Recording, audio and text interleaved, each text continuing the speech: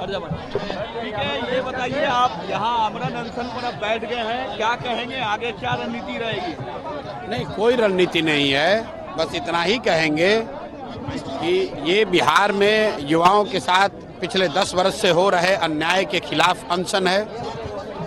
ये उस अहंकारी सरकार के खिलाफ अनशन है जिसके मुखिया नीतीश कुमार ने पिछले 15 दिन से धरने और अनशन पर बैठे हुए बच्चों से मिलना भी गवारा नहीं समझा, जबकि बच्चों ने सामने से कहा कि अगर मुख्यमंत्री एक बार मिल लें और मिलकर कह दें कि हम एग्ज़ाम नहीं करा सकते हैं तो हम लोग अपना आंदोलन वापस ले लेंगे। इसके बावजूद अपने अहंकार में नीतीश कुमार ने बच्चों से मिलना भी गवारा नहीं समझा। 2 बार बच्चों को उनकी सरकार ने, उनके अधिकारियों ने दौड़ा कर मारा है।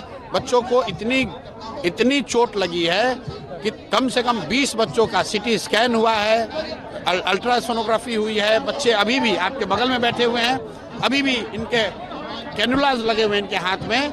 इसके बावजूद अगर सरकार बिल्कुल मूक और बधिर बनी हुई है तो उसको जगाने का एक ही रास्ता है, हम जैसे लोगों को खड़ा होकर यहाँ पर सरकार के खिलाफ आवाज़ उठानी पड़ेगी। इसलिए मैं आमरण अनशन पर बैठा हुआ हूँ, इन बच्चों के साथ खड़ा हूँ। सरकार को बात माननी ही पड़ेगी। कैसा इंडेफिनिट हंगर स्ट्राइक होगा, ये कैसा रहेगा ये स्ट्राइक जो भाई आमरण अनशन है, यहाँ बैठे हुए हैं।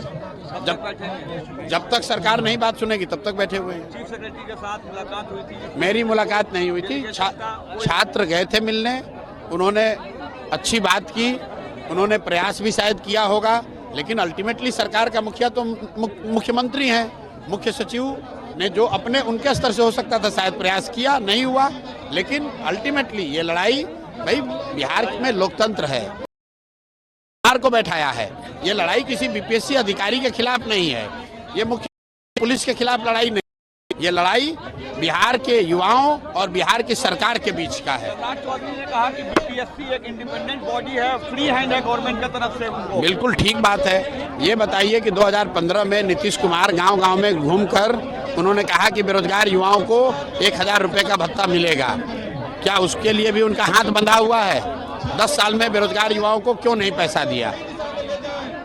पिछले 10 साल में जितने पेपर लीक हुए उसमें अभी तक किसी भी शिक्षा माफिया या किसी भी अधिकारी के खिलाफ कार्रवाई नहीं हुई, क्या उसमें भी उनके हाथ बंधे हुए हैं? बिहार में डोमिसाइल नीति नहीं लागू है, जिसकी वजह से आधे से ज़्यादा नौकरी, जो थोड़ी बहुत नौकरी उपलब्ध है वो भी बिहार के बाहर के लड़कों को मिल रही है, क्या उसमें भी उनके हाथ बंधे हुए हैं?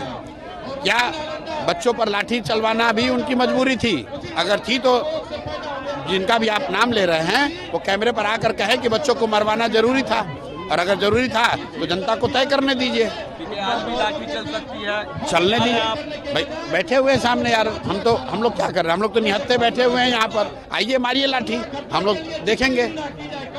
आपने कहा कि बीपीएससी ऑटोनोमस बॉडी है, सरकार कह रही है अगर बीपीएससी ऑटोनोमस बॉडी है तो TRE-2 की जो EOU ने जांच की है और उसमें कहा 3 टीचर संदिग्ध है, उसके नाम क्यों नहीं जारी करते?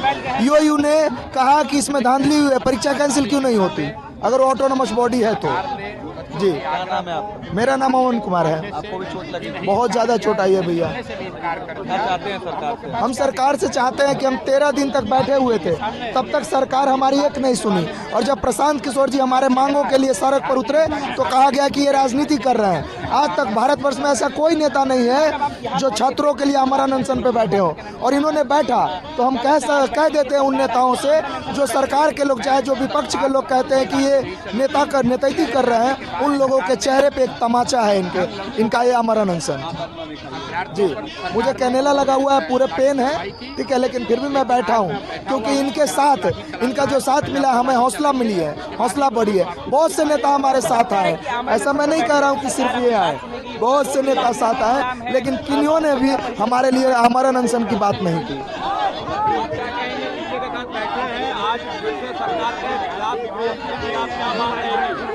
तो ये बहुत अच्छी बात है कि हमारे समर्थन में हमारे अभिभावक लोग भी उतर रहे हैं। ये कोई पार्टी के रूप में नहीं बैठे हैं, यहाँ पे आपको पार्टी का झंडा नहीं मिलेगा और हमको पार्टी से मतलब भी नहीं है। तो जो भी इंटेलेक्चुअल हैं, जो भी राजनीतिक पार्टियां हैं, विपक्ष में हो चाहे जहाँ जैसे हो, उनसे हाथ जोड़ के विनम्र निवेदन है कि हमारा समर्थन करें।